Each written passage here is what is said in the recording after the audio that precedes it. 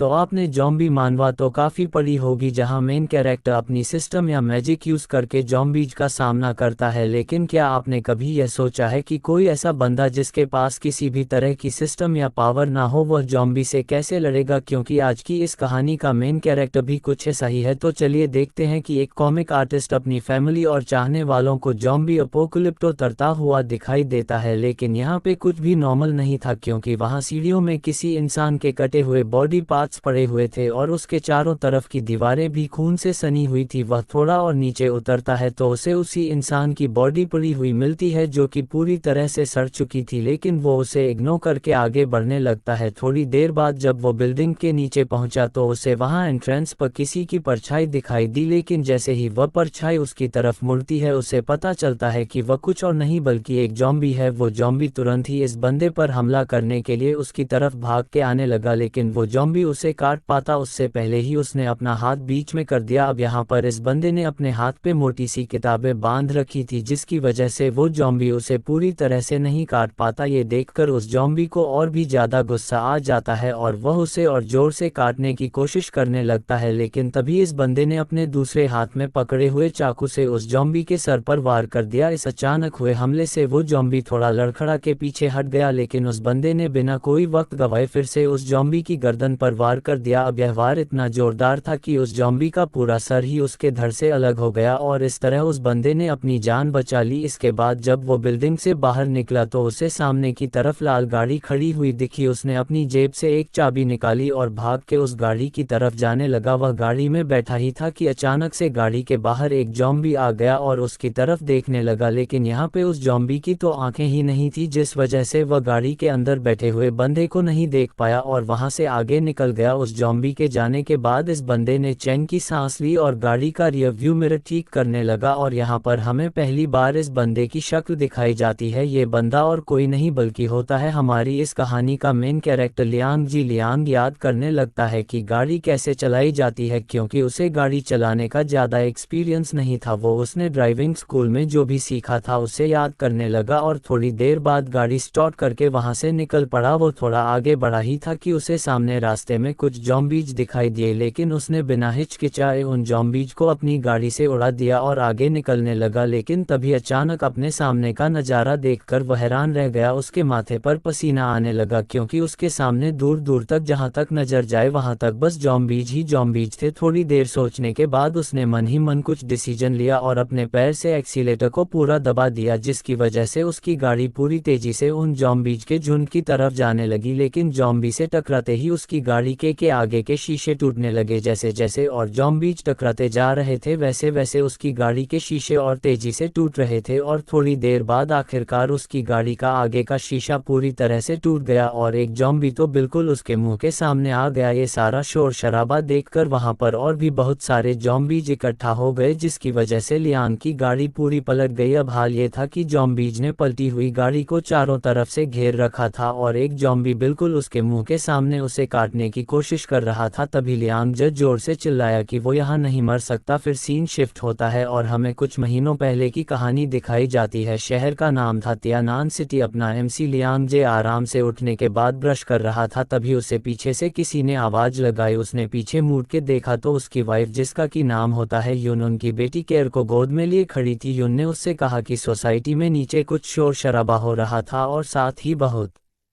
सारे लोग भी इकट्ठा हुए थे और उनमें से कुछ तो वर्दी वाले ऑफिसर्स भी थे। ये सुनकर लियांग उसके साथ बालकनी में जाकर नीचे देखने लगा। नीचे एक औरत माइक लेकर खड़ी थी जो कि वहां की कम्युनिटी डायरेक्टर थी। उसने माइक में बोलना शुरू किया, सभी लोग ध्यान से सुनो। नेशनल सिक्योरिटी कमीशन ने एक ऑर्डर दिया है कि पूरे देश को एक इमरजेंसी पैंडम से बचाने के लिए हर नागरिक को अपने घर में क्वारंटाइन होना पड़ेगा। कोई भी अपने घर से बाहर ना निकले। आपको खाना और दवाएं और सब कुछ कम्युनिटी के मेंबर्स देते रहेंगे, तो कृपया करके अपनी और अपने परिवार की सुरक्षा के लिए इस क्वारंटाइन में कोऑपरेट करिए और पैंडेमिक के बारे में ज़्यादा जानकारी के लिए अपने घर पर टीवी पर न्यूज़ चैनल्स देखते रहिए और किसी भी तरह की अफवाहों पर ध्यान नहीं दे और उन्हें फैलाने की कोशिश तो बिल्कुल भी ना करें। यह अनाउंसमेंट सुन के तो यून काफ़ी परेशान हो गई। वो लियांग से कहने लगी कि शायद एपिडेमिक की हालत कुछ ज़्यादा ही बिगड़ गई है। उसे तो बहुत चिंता हो रही है, क्योंकि अभी तो केयर भी बहुत छोटी थी। लियांग ने उसे शांत करवाया और कहा कि अरे सब कुछ ठीक हो जाएगा, कोरोना वायरस भी तो कितना खतरनाक था, लेकिन फिर भी वह जल्द ही कंट्रोल में आ गया था ना। क्वारंटाइन ऐसी बीमारियों को रोकने के लिए सबसे बेस्ट सॉल्यूशन है। गवर्नमेंट जिस हिसाब से इस पर काम कर रही है ये थोड़े ही दिनों में कंट्रोल में आ जाएगा। और वैसे भी क्वारंटाइन होने के कुछ फ़ायदे भी तो हैं, जैसे कि अब हमें काम पे नहीं जाना पड़ेगा। हालांकि कंपनी वाले सैलरी देंगे कि नहीं ये तो नहीं पता। उसकी बातें सुनकर यून कहने लगी कि ऐसे टाइम पे भी उसकी मजाक करने की आदत नहीं गई। हाँ ये सुन लियांग भी हंसते हुए टीवी चालू करने लगा। टीवी में न्यूज़ चल रही थी जिसमें कि न्यूज़ एंकर बता रहा था कि अब तक पूरे देश से इस वायरस के 7,000 से भी ज़्यादा केसेस सामने आ चुके थे। पिछले ही दिन लगभग 700 नए केसेस सामने आए थे और यह सब रोकने के लिए आज क्वारंटाइन का पहला दिन था। फिर वह न्यूज़ एंकर अपने साथ बैठे हुए प्रोफेसर से पूछने लगा कि प्रोफेसर जंग क्या आपको लगता है कि आज से नए केस आने थोड़े कम हो जाएंगे? प्रोफेसर जंग ने कहा कि हाँ बिल्कुल, क्वारंटाइन इस तरह से फैलने वाले वायरस को रोकने का सबसे बेहतरीन तरीका है। न्यूज़ एंकर ने आगे पूछा, लेकिन आजकल इंटरनेट पर ऐसी अफवाहें उड़ रही हैं कि यह वायरस एक ज़ॉम्बी वायरस है और जिनको भी यह वायरस लग जाता है वो दूसरों को पागलों की तरह काटने लगते हैं और वो जिसको काटेंगे वो भी ज़ॉम्बी बन जाएंगे, बिल्कुल उन ज़ॉम्बी मूवीज की तरह। ये सुनकर प्रोफेसर जंग जोर जोर से हंसने लगे और कहा कि हाँ उन्होंने भी वो अफवाहें देखी थी, वो सब बस फालतू की बातें हैं। फिर वह थोड़ा सीरियस होकर कहने लगे कि यह वायरस एक दिमागी बीमारी है और जिनको भी ये वायरस हुआ था वो सब अभी अस्पताल में इलाज ले रहे थे। ये जो रिपोर्टर्स 24 घंटे लाइव स्ट्रीम करके दिखा रहे थे वो फेक तो होगी नहीं। इस वायरस से इफेक्टेड लोग अभी अस्पताल में जिंदगी और मौत के बीच लड़ रहे थे, ना कि सड़कों पर लोगों को काट रहे थे। जो मूवीज में ज़ॉम्बीज दिखाए जाते हैं वह ना तो कुछ खाते पीते हैं और उन पर गोलियों का भी कोई असर नहीं होता, जो कि नेचर के लॉज के बिल्कुल खिलाफ था। जो लोग भी ऐसी अफवाहें फैला रहे थे उन्होंने कुछ ज़्यादा ही मूवीज देख ली थी। वह लोग अपनी इमेजिनरी दुनिया में जी रहे थे और उन्हें साइंस के बारे में कुछ नहीं पता। लेकिन हमारा कानून भी बहुत सख्त है, इन अफवाह फैलाने वाले लोगों को कड़ी से कड़ी सजा दी जाएगी। लंगे सब देखकर मजाक में कहने लगा कि इन अफवाह फैलाने वाले लोगों को तो उसकी कंपनी ज्वाइन कर लेनी चाहिए, वो खामखा अपना टैलेंट इंटरनेट पर बर्बाद कर रहे थे। यून ने उसे कहा, लेकिन आजकल पैसे देकर मान हुआ पड़ता ही कौन है, वो बेचारे भूखे मर जाएंगे अगर उन्होंने तुम्हारी कंपनी ज्वाइन की। तो लियांग ने जवाब दिया कि अरे ऐसी बात तो बिल्कुल भी नहीं है, मेरी कंपनी आजकल बहुत फेमस हो गई है और हमारी सैलरी भी बढ़ गई है और वैसे भी इन अफवाह फैलाने वालों को हमारी कंपनी में आकर भूखे मरने की ज़रूरत नहीं पड़ेगी, क्योंकि इन्हें जल्दी ही जेल का खाना तो खाना ही पड़ेगा। तभी अचानक किसी ने उनके घर का दरवाज़ा खटखटाया। उन्होंने दरवाज़ा खोला तो 2 मास्क पहने हुए आदमी खड़े थे। उनमें से एक आदमी ने पूछा कि इस घर में टोटल कितने लोग हैं, उनका नाम बताओ ताकि आप लोगों को हर रोज़ राशन मिलता रहे। लंग उन्हें बता देता है कि वो यहाँ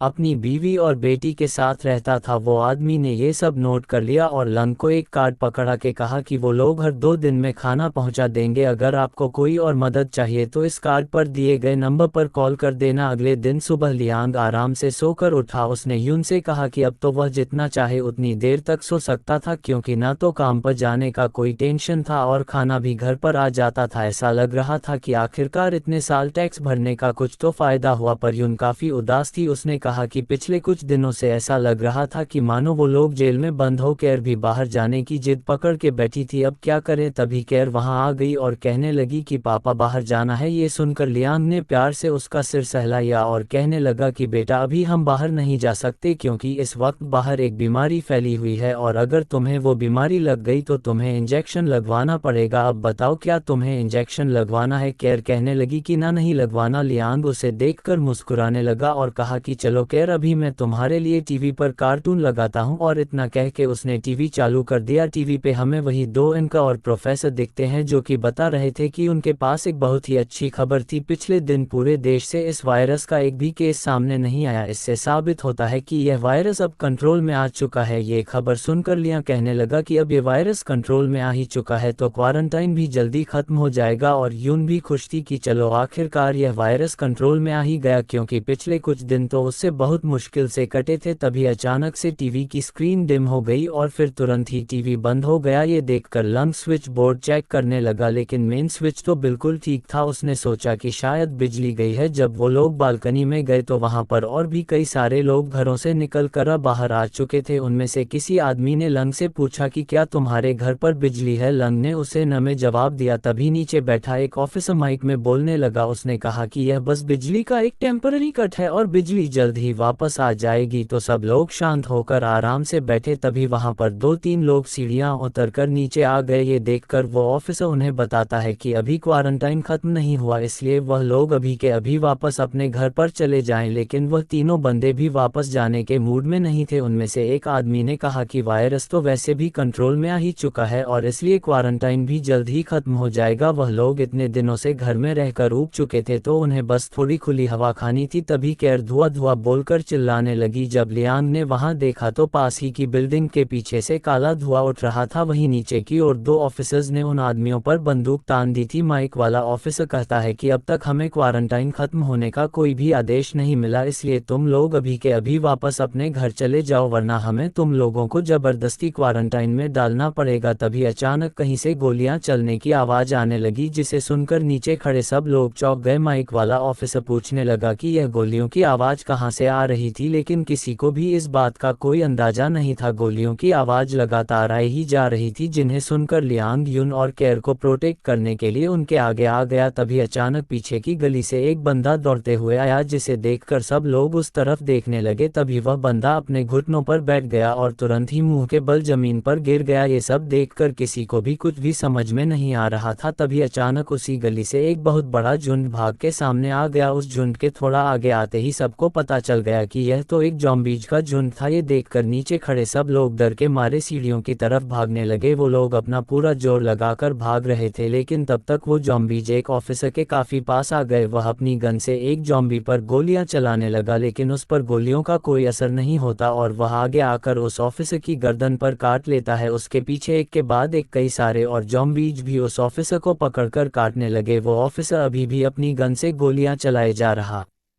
था, लेकिन उसका कोई फायदा नहीं होता और ज़ॉम्बीज़ ने उसे वहीं दबोच लिया। उसके आगे भाग रहे लोग भी अब तक ज़ॉम्बीज़ की पकड़ में आ चुके थे और उनका अंत भी उसी ऑफिसर की तरह हो गया। उन्हें निपटाने के बाद सारे ज़ॉम्बीज़ ऊपर की तरफ भागने लगे, जिसे देखकर बालकनी में खड़े लोग डर जाते हैं। वहीं यह सब देख के लियांग डर के मारे अपनी जगह पर जम चुका था। कैर भी ये सब देख के रोने लगी। उसकी रोने की आवाज़ सुनकर लियांग होश में आया और उसने जल्दी से यून और कैर को घर के अंदर ले जाकर दरवाज़ा बंद कर लिया। फिर उसने फटाफट से घर की सारी खिड़कियां बंद करके पर्दे लगा दिए। उसके बाद वो कैर को हेडफोन पहनाकर कहने लगा कि बेटा, डरने की कोई बात नहीं है, वो तो नीचे सब लोग बस एक गेम खेल रहे थे। जाओ, अब तुम्हारी मम्मी तुम्हें स्टोरी बुक सुनाएगी, उसे सुनकर आराम से सो जाओ। उसके ऐसा कहने से कैर थोड़ी शांत हो गई और उसने हाँ में सिर हिला दिया। फिर लियांग ने बेडरूम से बाहर निकलकर रूम का दरवाज़ा बंद कर दिया और अपने घर के मेन गेट से बाहर देखने लगा। उसे अपने घर के बाहर बहुत सारे ज़ॉम्बीज़ दिखाई देते हैं, जिनमें से एक तो बिल्कुल उसके दरवाजे से आकर टकरा गया। उसे देखकर लियांग डरकर पीछे हट जाता है। थोड़ी देर सोचने के बाद उसने तुरंत अपना फ़ोन निकाला और पुलिस को कॉल लगाने की कोशिश करने लगा, लेकिन कॉल पुलिस को नहीं लगता और उसे बस एक अनाउंसमेंट सुनने को मिलती है, जिसमें बताया जा रहा था कि क्वारंटाइन के समय कॉल की सेवाएं उपलब्ध नहीं है। अगर आपको कोई मदद चाहिए तो कृपया अपने कम्युनिटी स्टाफ मेंबर्स को संपर्क करें या तो इस दूसरे नंबर पर कॉल करें। ये सुनकर लियांग ने गुस्से के मारे अपने हाथ पटक दिए और कहने लगा कि साले सबके सब झूठ बोल रहे थे। वो वॉशरूम में जाकर बड़बड़ा लगा कि सब कुछ झूठ था। फिर उसने जैसे ही मुंह धोने के लिए नल चालू किया तो उसे पता चला कि पानी आना बंद हो चुका था। ये देखकर वो कुछ सोचने लगा और फिर तुरंत ही बाकी के सारे नल भी चेक करने लगा, लेकिन किसी भी नल से पानी नहीं आ रहा था। वो जल्द ही भागते हुए गया और कबर्ड से एक प्लास्टिक का स्क्रोल और रस्सी निकालने लगा। वो ये सब सामान लेकर बाथरूम में आया और वहाँ जो पानी से भरी हुई बाल्टी पड़ी थी उसका ऊपरी हिस्सा प्लास्टिक से बांध दिया। तभी पीछे से यन आ गई और पूछने लगी कि वो यह क्या कर रहा है। लंग उसे बताता है कि पानी का सप्लाई बंद हो चुका है, इसलिए वो इस पानी की बाल्टी को पैक कर रहा था ताकि यह पानी पोरेट होकर उड़ ना जाए। उसके बाद वो यून से पूछता है कि कैर की हालत अब कैसी है। यून ने उदास होते हुए पीछे से उसकी पीठ पर सिर रख लिया और बताने लगी कि कैर तो सो चुकी है। और फिर वो लियांग से पूछने लगी कि अब वो लोग क्या करेंगे, क्या कोई उन्हें बचाने के लिए आएगा, उनके पेरेंट्स कैसे होंगे। उसे काफ़ी चिंता हो रही थी। उसकी बातें सुनकर लियांग बताता है कि फ़ोन कॉल्स भी अब बंद हो चुके थे और उनके पेरेंट्स भी उनकी ही तरह घर पर बंद होंगे, लेकिन उनके पेरेंट्स की हालत उनसे तो बेहतर ही होगी, क्योंकि लोगों को अपने घर पर काफ़ी सारा खाने का सामान इकट्ठा करने की आदत थी। वहीं यून रोते हुए उससे पूछने लगी कि क्या हम ऐसे ही मर जाएंगे। कैर भी अभी कितनी छोटी है। उसकी बातें सुनकर लियांग उसके कंधे पकड़कर कहने लगा कि मैं तुमसे वादा करता हूँ कि हम में से कोई भी नहीं मरेगा। हम अपनी आंखों से कैर को बड़ा होता हुआ देखेंगे। तुम मुझसे वादा करो कि कि चाहे कुछ भी हो जाए तुम कभी भी हार नहीं मानोगी, मेरे और केयर के लिए यह वादा करो मुझसे। यहाँ में सिर हिला देती है, जिसे देखकर लियांग को थोड़ी राहत होती है। फिर वो कहने लगा कि उसे तो अभी भी यकीन नहीं हो रहा था कि यह सब हकीकत में हो रहा है, लेकिन उसे राहत थी कि कम से कम वो लोग जिंदा और सेफ तो थे। अब उनके पास सब कुछ बेहतर होने का इंतजार करने के अलावा और कोई चारा नहीं था। वो आगे कहता है कि उन्हें काफ़ी लंबे टाइम तक घर में रहना पड़ेगा, इसलिए खाना और पानी उनकी सबसे बड़ी समस्या थी। उन बाहर घूम रहे ज़ॉम्बीज़ से भी बड़ी समस्या यून उसे बताती है कि उन्होंने क्वारंटाइन से पहले किराने का कोई भी सामान नहीं खरीदा था और कम्युनिटी वालों ने भी पिछले कुछ दिनों से बस फिक्स अमाउंट में ही खाना दिया था, इसलिए उनके पास ज़्यादा खाना पानी नहीं था। लियांग ने कहा कि हाँ उसे यह पता है और उसने आगे सजेस्ट किया कि अब फिलहाल के लिए उन्हें गिन लेना चाहिए कि घर में टोटल कितना खाना और पानी था। उसके बाद वो लोग एक प्रॉपर प्लान बनाएंगे कि हर रोज़ कितना कुछ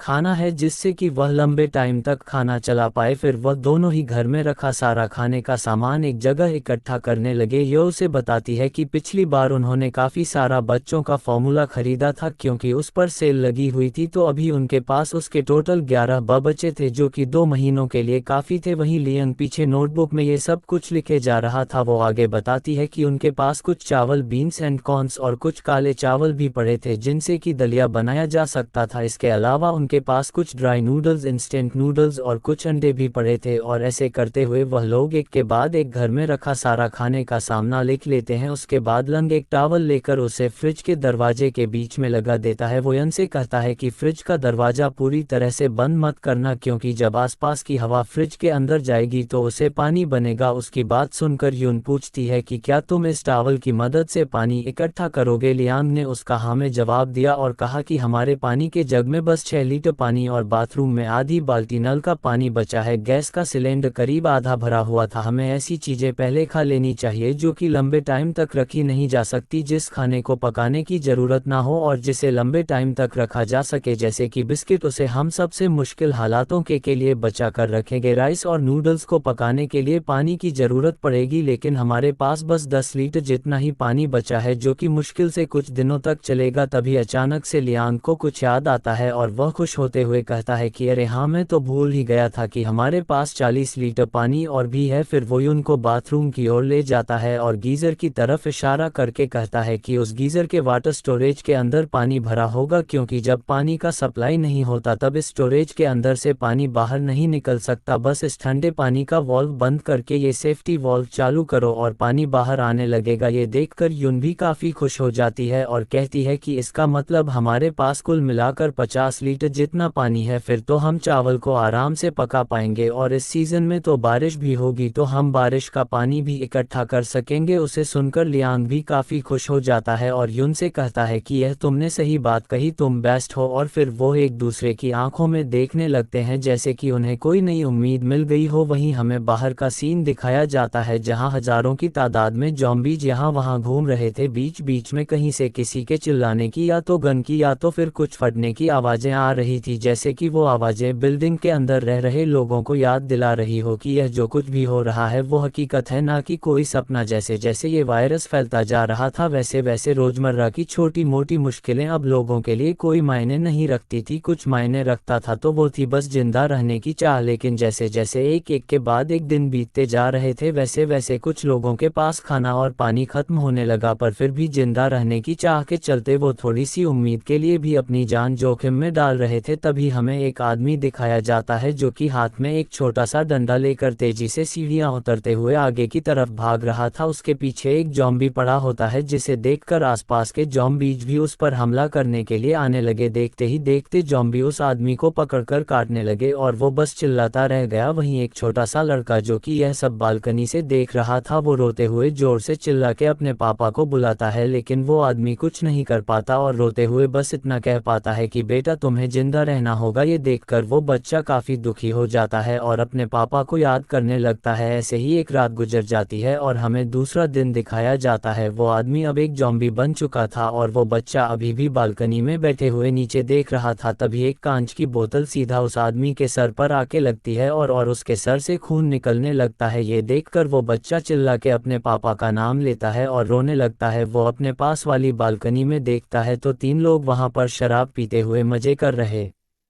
थे। उनमें से एक लड़का बोलता है कि भाई एकदम बढ़िया शॉट मारा। तो वो बोतल फेंकने वाला लड़का कहता है कि हाँ अब अगली बारी तुम्हारी, और इतना कहकर उसे एक बोतल पकड़ा देता है। वो लड़का बोतल फेंकने जा ही रहा था कि तभी वो बच्चा जिसे ये सब देखकर थोड़ा गुस्सा आ रहा था वो चिल्ला के उसे ये सब रोकने के लिए बोलता है। उसकी वजह से उस लड़के का निशाना चूक जाता है और उसकी बोतल जमीन में जा लगती है। ये देखकर वो लड़का गुस्से में बोलता है साले क्यों इतना चिल्ला रहा है, तेरी वजह से मेरा निशाना चूक गया, मरना है क्या तुझे। उसकी बात सुन के वो बच्चा डर जाता है और कहने लगता है आई एम सॉरी लेकिन प्लीज़ मेरे पापा को हर्ट मत करो, वो जो बैग वाला आदमी है वो मेरे पापा हैं। ये सुनकर वहाँ खड़ी लड़की हंसने लगती है और बोलती है अच्छा तो वो बदबूदार जॉम्बी इसका बाप है। वो लड़का भी उस बच्चे को कहने लगता है कि तेरा बाप तुझे छोड़ के जा रहा था क्योंकि तू बस एक बोझ है, और अब वो खुद भी एक बदबूदार जॉम्बी बन गया। हम ये सब चीज़ें उस पर फेंक कर तेरा भला ही कर रहे हैं। उनकी बातें सुनकर वो लड़का गुस्से के मारे कहता है कि ऐसी बात बिल्कुल भी नहीं है। दरअसल उसके घर पर खाना बहुत ही कम बचा था और उसके पापा ने भी पिछले कुछ दिनों से खाने से बिल्कुल मना कर दिया था, इसलिए वो खाना ढूंढने जा रहे थे ताकि वो बच्चा जिंदा रह सके। और ये बताते हुए वो बच्चा रोने लगता है, लेकिन इन सब बातों से उन नशेड़ी को कुछ फर्क नहीं पड़ता। वो हंसते हुए कहने लगते हैं कि तुझे क्या लगता है कि तेरी यह बातें सुन के हमें तुझ पर दया आ जाएगी। अब दया से इस दुनिया में कुछ भी नहीं मिलने वाला, एक चावल का दाना भी नहीं। तो उसे अपनी इस सपनों की दुनिया से बाहर आ जाना चाहिए क्योंकि उन सबको यहाँ मरने के लिए छोड़ दिया गया है। तभी पीछे से उसका दोस्त आके उसे ले जाता है और कहता है कि उन्हें अपना कीमती टाइम पार्टी करने में लगाना चाहिए, ना कि इस बेवकूफ़ बच्चे पर। और फिर वह तीनों ही हंसते हुए उन जॉम्बीज पर शराब की बोतल फेंकने लगते हैं। उन्हें ये सब करते हुए बड़ा मजा आ रहा था और वो इन बदबूदार जॉम्बीज को ख़त्म करने का मन बना लेते हैं, लेकिन इन सब शोर शराबे और बोतल लगने की वजह से सारे जॉम्बीज का ध्यान उनकी तरफ हो जाता है। वो जॉम्बीज गुर्रा हुए उन्हें देखने लगते हैं। तभी उनमें से एक लड़का कहता है कि उसके दिमाग में इन जॉम्बीज से खेलने के लिए एक बढ़िया आइडिया आया है। फिर वो घर के अंदर से एक रस्सी लेकर आया और उसका फंदा बनाकर बालकनी से नीचे फेंक दिया। वो फंदा जाके सीधा एक जॉम्बी के गले में पड़ा और ये देखकर वो तीनों हंसते हुए जोर से रस्सी खींचने लगे। उस जॉम्बी को ऐसे अपने पैर छटपटाते हुए देख उन तीनों को बहुत मजा आ रहा था और वो जोर जोर से हंसने लगे। वहीं नीचे खड़े जॉम्बीज ये सब देखकर और ज़्यादा हमलावर हो जाते हैं और एक के ऊपर एक चढ़ने लगते हैं। उन्हें ऐसे चढ़ता देखकर वो तीनों भी चौंक गए। देखते ही देखते काफ़ी सारे जॉम्बीज बालकनी पर लगी जालियों पर चढ़ने लगे और ये देख उन तीनों की फट के हाथ में आ गई। जॉम्बीज भी बिना रुके अपना सिर मार मार के उन जालियों को तोड़ने की कोशिश करने लगे। थोड़ी देर बाद आखिरकार वो जाली टूट ही गई और इस तरह उन तीनों का वहीं खात्मा हो जाता है। वहीं लियांग और यून दूर दूर से ये सब देख रहे थे। यून कहती है कि जैसी करनी वैसी भरनी, लेकिन लियांग को कुछ और ही बात का टेंशन हो रहा था। वो कहता है कि यह जालियाँ उसने जितना सोचा था उतनी मजबूत नहीं है, उसे इन्हें मजबूत करने के लिए कुछ करना होगा। तभी पीछे बैठी केयर पानी मांगने लगी, जिसे सुनकर वो पानी लेने चला गया, लेकिन यहाँ उसे पता चलता है कि प्यूरीफायर में तो पानी था ही नहीं। फिर उसने उसके ऊपर से पानी का जार निकाला और उसके नीचे लगे फिल्टर में से बचा हुआ पानी बोतल में भरने लगा। केयर पानी की बोतल देख के खुश हो गई और पहले अपने मम्मी पापा को पानी पीने के लिए कहने लगी। उसकी बात सुनकर दोनों मुस्कुराने लगे और लियांग ने कहा कि उन लोगों ने बस अभी अभी पानी पिया है, इसलिए अब उनसे और नहीं पिया जाएगा, तो इसे केयर ही पी ले। अपने पापा की बात सुनकर वो भी आराम से पानी पीने लगी, जिसे देखकर वो दोनों मन ही मन खुश हो रहे थे। लेकिन उन दोनों की हालत बिल्कुल भी ठीक नहीं थी, उनका पूरा चेहरा फीका पड़ गया था। ठीक से खाना और पानी ना मिल पाने की वजह से लियांग केयर से पूछता है कि क्या उसे एंग्री बर्ड्स खेलना है। केयर भी हंसते हुए बताती है कि हाँ उसे एंग्री बर्ड्स खेलना बहुत पसंद है। फिर वो लोग मोबाइल पर एंग्री बर्ड्स खेलने लगे और लियांग केयर की स्किल्स की तारीफ कर रहा था। तभी केयर उसे बताती है कि फ़ोन की बैटरी तो ख़त्म होने वाली है। ये सुनकर लियांग एक मोटर से बनाई हुई मशीन लेकर आता है और कहता है कि चिंता करने की कोई बात नहीं है क्योंकि मोबाइल अभी चार्ज हो जाएगा। इतना कह के वह अपने हाथों से मोटर घुमाते हुए पावर बैंक को चार्ज करने लगा और पावर बैंक चार्ज होते ही वो उसे मोबाइल भी चार्ज करने लगता है। केयर भी ये देखकर बहुत खुश हो जाती है और थोड़ी देर और गेम खेलने के बाद वह आराम से सो जाती है। उसके सोने के बाद यून लंग से कहती है कि उसे थोड़ा पानी पी लेना चाहिए क्योंकि अगर लियांग को कुछ हो गया तो यन और केयर। लेकिन लियांग उसकी बात बीच में ही काटते हुए बोलता है कि तुमने भी काफ़ी टाइम से पानी नहीं पिया, तो चलो साथ में ही थोड़ा पानी पी लेते हैं। यून मुस्कुराते हुए बताती है कि उसे बिल्कुल भी प्यास नहीं है और वैसे भी लियांग उससे ज़्यादा इम्पोर्टेंट है, इसलिए उसे ही पानी पी लेना चाहिए। लंग कहता है कि वैसे तो वो भी यून से ज़्यादा स्ट्रांग है, इसलिए उसे भी पानी की कोई ज़रूरत नहीं है। उसकी बात सुनकर यून आखिरकार मान ही जाती है और पानी पीने के लिए तैयार हो जाती है। फिर वो दोनों ही हंसते हुए चीयर्स करके पानी पीने लगे। पानी पीने के बाद यून हंसते हुए बताने लगी कि उनकी अभी की सिचुएशन देखकर उसे एक मूवी याद आ गई जो उसने बचपन में देखी थी। कितनी अजीब बात थी कि जिस पानी को वह बिना कुछ सोचे वेस्ट कर देते थे वही आज इतना कीमती बन चुका था। ये सब एक बुरे सपने जैसा था। काश ये बुरा सपना जल्द ही खत्म हो जाए और सब कुछ पहले की तरह नॉर्मल हो जाए। और फनी बात तो ये थी कि वो ये सोचकर खुद को पीट भी करती रहती थी। इस सपने से जागने के लिए यून की ऐसी हालत देखकर लियांग थोड़ा दुखी हो जाता है। तभी यून अपना सिर उठाकर कहती है कि अरे वो तो बस उसके साथ मजाक कर रही थी, ये तो बस उस मूवी की लाइनें बोल रही थी। और पूछती है कि कैसी थी उसकी एक्टिंग। लंग भी मुस्कुराते हुए कहने लगा कि बहुत अच्छी एक्टिंग थी। उसने सोचा नहीं था कि यून के पास ऐसा भी कोई टैलेंट होगा। और फिर वो दोनों ही हंसने लगे। तभी अचानक उन्हें कुछ गिरने की आवाज़ आई जिसे सुनकर वो दोनों ही चौंक गए। लियांग ने खिड़की का पर्दा हटाकर देखा तो उसे बालकनी में एक कागज़ का टुकड़ा दिखाई देता है। वो उसे उठाकर पढ़ने लगा। उसमें लिखा था कि मेरे बच्चे को बुखार आया है तो क्या तुम्हारे पास कोई मेडिसिन है। दरअसल ये कागज़ भेजने वाला उसके सामने वाले घर से था। वह अपनी बालकनी से हाथ हिलाकर उसे बुला रहा था। लियांग भी हाथ के इशारे से उसे हाँ में जवाब देता है और मेडिसिन लेने के लिए अंदर चला जाता है। यून उसे पूछती है लेकिन वो मेडिसिन पहुंचाएगा कैसे। लियांग कहता है कि मेडिसिन फेंकना बहुत ही रिस्की होगा। फिर वो एक रस्सी और लकड़ी का ब्लॉक निकालकर बताता है कि वह इस लकड़ी को रस्सी के साथ बांध देगा। वह रस्सी लेकर बाहर जाता है और सामने की बालकनी में खड़े आदमी से कहता है कि चलो पहले इस रस्सी को कनेक्ट करते हैं। वह आदमी भी तैयार हो जाता है। फिर लियांग रस्सी से बंधा हुआ लकड़ी का ब्लॉक सामने की तरफ फेंकता है और वह आदमी भी अपना हाथ बाहर निकालकर उसे पकड़ लेता है। इस तरह उन दोनों ने रस्सी कनेक्ट कर ली। उसके बाद लियांग मेडिसिन को रस्सी के साथ बांधकर सामने की तरफ पहुंचाने लगा। नीचे खड़े ज़ॉम्बीज़ को इस बात का कोई अंदाज नहीं था और ऐसे ही मेडिसिन उस आदमी तक पहुंच गई। उसे लेने के बाद वह आदमी हाथ में एक पानी की बोतल पकड़कर दिखाता है और थोड़ी ही देर में वह बोतल रस्सी से लियांग तक पहुंच गई। उसके साथ एक चिट्ठी बंधी होती है जिसमें लिखा था कि यह तुम्हें हुई परेशानी के लिए। जैसे जैसे टाइम बीता गया लोग इसी तरीके से सामान एक्सचेंज करना शुरू करने लगे, लेकिन पीने और खाने की सभी के पास कमी थी और हर कोई मुश्किल हालातों से गुजर रहा था। लियांग भी परेशान था। वह सोच रहा था कि पानी कहाँ से लाया जाए। अगर ऐसा ही चलता रहा तो वह सब प्यास से मर जाएंगे। उसे जल्द ही कुछ करना होगा। तभी उसका ध्यान बालकनी में पड़े एयर कंडीशनर्स के कंडेंसिंग यूनिट पर जाता है। वह सोचता है कि एयर कंडीशनर से कंडेंसेट्स के अंदर लगी मोटर को हाथ से घुमा सकता है जिससे कि ये एक कूलर बन जाएगा और उन्हें कंडेंसेट्स यूनिट खोलना शुरू कर देता है। उसे खोलने के बाद वो कंप्रेसर को देखने लगता है लेकिन वो शील्ड होता है जिसे देखकर वह काफ़ी से उसकी आंखें बंद होने लगी और वो बेहोश होने लगा। वो सोच रहा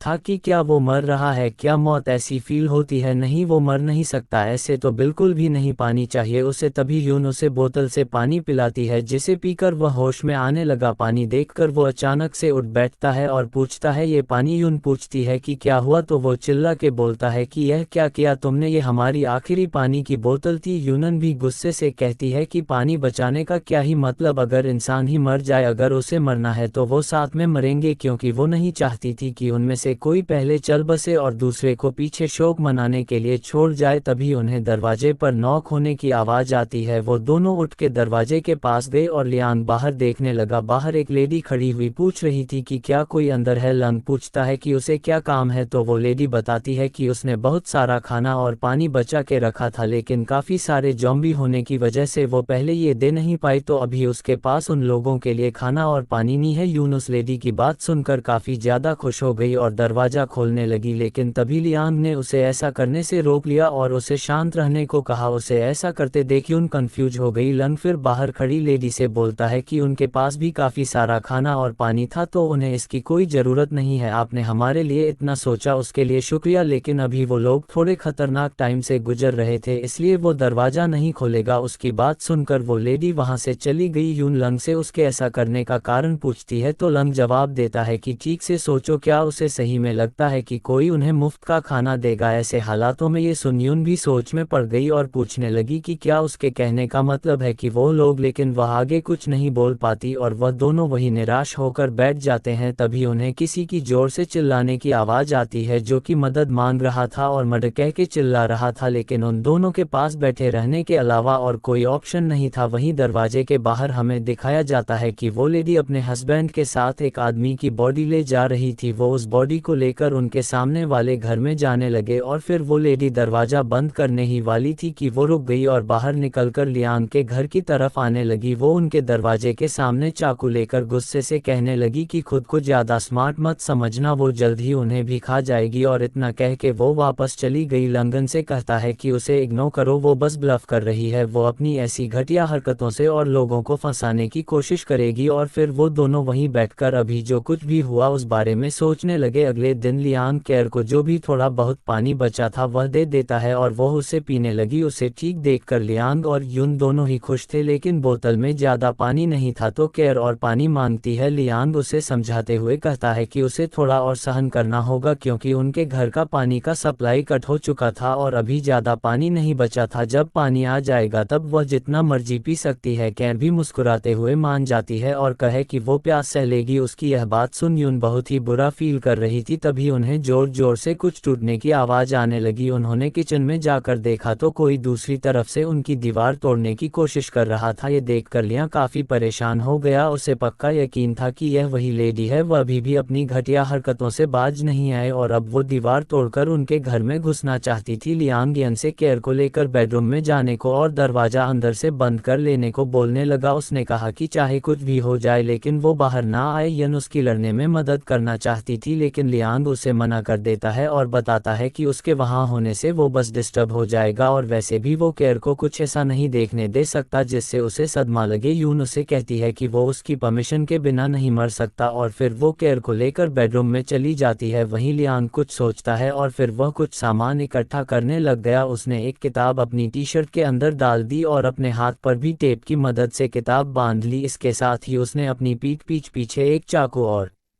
अपने पैरों में एक कटर भी छिपा लिया। फिर वह गैस का सिलेंडर भी निकालने लगा लेकिन तभी किचन की दीवार टूट गई। लियांग वहीं खड़ा था और फिर कुछ सोचने के बाद उसने लाइटर लेकर सिलेंडर से लीक होती हुई गैस को जला दिया और वो सिलेंडर उठाकर उस आग को सीधा दीवार के छेद में डालने लगा। वो चिल्ला के कहता है कि आ जाओ कमीनों। तभी एक लकड़ी से बंधा चाकू सीधा आकर उसकी छाती पर लग गया और वह आदमी दीवार से निकलकर हंसने लगा लेकिन लियांग उन किताबों की वजह से बच गया था। वो आदमी भी ये देख कर गया और कहने लगा कि अच्छा तो तुम्हें शो करने का शौक है। वहीं लियांग सोचता है कि उससे पहले अटैक करना होगा लेकिन वो काफ़ी स्लो होता है और वह आदमी उस पर फिर से हमला कर देता है। तभी लियांग ने उस आदमी का चाकू पकड़ लिया और अपनी पीठ से चाकू निकालकर उस आदमी पर हमला कर दिया लेकिन वो आदमी उसका हाथ पकड़ लेता है। वो आदमी कहता है कि पहले तो वो उसे नहीं मारने वाला था लेकिन अभी भी उसे एक मौका दे रहा है। लियांग उसे बकवास बंद करने को बोलता है जिसे सुन वो आदमी गुस्सा हो गया। तभी लियांग ने अपना सर उस आदमी के मुंह पर दे मारा और अपने पैरों से लात मार के उसे नीचे गिरा दिया लेकिन वो बंदा अभी भी लियांग का हाथ पकड़ के उसे रोके हुए था। देखकर वो और जोर से कोशिश करने लगा। तभी पीछे से वो लेडी आ गई और बोलने लगी कि इस ताज़ा शिकार को तो मैं आज ही खाऊंगी। और इतना कह के वो पागलों की तरह हंसते हुए लंग के ऊपर पीछे से हमला करने लगी लेकिन लंग उसे सेंस कर लेता है और साइड में हट जाता है जिस वजह से उस लेडी का चाकू उसके ही हस्बैंड को लग गया। लंग ने भी बिना वक्त गवाए उस लेडी पर हमला कर दिया। उसका हस्बैंड ये देखकर बहुत चक्का रह गया लेकिन लियांग ने बिना टाइम वेस्ट किए उसे भी चाकू से मार डाला। ऐसे ही उन दोनों को मारने के बाद उसने चैन की सांस ली और जमीन पर बैठ के अभी जो कुछ भी हुआ उसके बारे में सोचने लगा। थोड़ी देर बाद वह दीवार में बने छेद से पास वाले घर में जाने लगा। वो उस घर में किचन और हॉल हर जगह चेक करने लगा। ऐसे ही जब उसने एक दरवाज़ा खोला तो वह चौंक गया क्योंकि उसे वहाँ लोगों की बॉडी पड़ी हुई दिखती है। ये देखकर उसने अपने मुंह पर हाथ रख लिया। तभी उसकी नज़र पास ही में रखे कबर्ड पर पड़ती है। उसने उस कप को खोला तो उसमें 2 पानी की बोतल रखी हुई थी। वो उस बोतल का ढक्कन खोल के उसे सूंघने लगा और जब उसे सब सही लगा तो उसने उन बोतलों को अपने पास रख लिया। उसके बाद जब वह वापस जा रहा था तो उसे टेबल पर गाड़ी की चाबी दिखाई दी जिसे उसने ले लिया। फिर वह वापस से अपने घर में जाकर यून को बेडरूम से बाहर आने को बोलता है क्योंकि अब सब सेफ था। उसकी आवाज़ सुनकर यून खुशी से केयर को लेकर बाहर आ गई और लियांग से पूछने लगी कि क्या उसे कहीं चोट लगी है। उसने जवाब दिया कि वह बिल्कुल ठीक है, उसके घाव ज़्यादा गहरे नहीं थे लेकिन फिर भी उसे टाँके लगाने पड़ेंगे। वहीं केयर उससे पूछती है कि उसे क्या हुआ था लेकिन वह कहता है कि वह बिल्कुल ठीक है और उसे पानी पीने को देता है। उसके बाद यून लियांग को टाँके लगाकर पट्टी कर देती है लेकिन उसे काफ़ी दर्द हो रहा था। वो उन दोनों से कहता है कि वो थोड़ा थका हुआ था तो उसे थोड़ी नींद चाहिए। उसकी ऐसी हालत देखकर यून और केयर दोनों ही परेशान हो गए और यून वहीं उसके पास ही सो गई। जब थोड़ी देर बाद उसकी आंख खुली तो उसे लियांग बेड पर नहीं दिखता। उसने बाहर जाकर देखा तो वो और केयर बालकनी के पास खड़े थे। उसने लंग से पूछा कि वो यहाँ क्या कर रहा था। वो बताने लगा कि उसे पड़ोसी के घर से कुछ बैटरी मिली थी, अगर सब कुछ ठीक रहा तो वो इस कंप्रेसर को चालू कर पाएगा। और वो लोग कंडेंसर्स नहीं से कंडेंसर को देखने लगे। थोड़ी देर तक तो कुछ नहीं होता, लेकिन फिर पाइप में से थोड़ा थोड़ा पानी आने लगा। ये देखकर तीनों बहुत ही खुश हो गए और लियांग ने कहा कि आखिरकार उसे पानी मिल ही गया। कुछ टाइम बाद लियांग बैठे बैठे चाबी को देख रहा था और उसके मन में काफी कुछ चल रहा था। यून उसे ऐसे देखकर पूछने लगी कि वह क्या देख रहा है, क्या उसे सोना नहीं है। लियांग ने उसे पूछा कि क्या उसे याद है कि उनके पड़ोसी के पास एक छोटी गाड़ी है, उसे उनके घर से उसी गाड़ी की चाबी मिली थी। वो गाड़ी सीढ़ियों से 5 या 6 मीटर दूर थी, वो यहाँ खिड़की से भी दिख रही है। उसने उन पड़ोसी को क्वारंटाइन से एक दिन पहले गाड़ी चलाते हुए देखा था, तो उसे यकीन था कि वह अभी भी चालू तो होगी। उसकी बात सुनकर यून रोने लगी और उसका हाथ पकड़कर कहने लगी कि नहीं लियांग, तुमने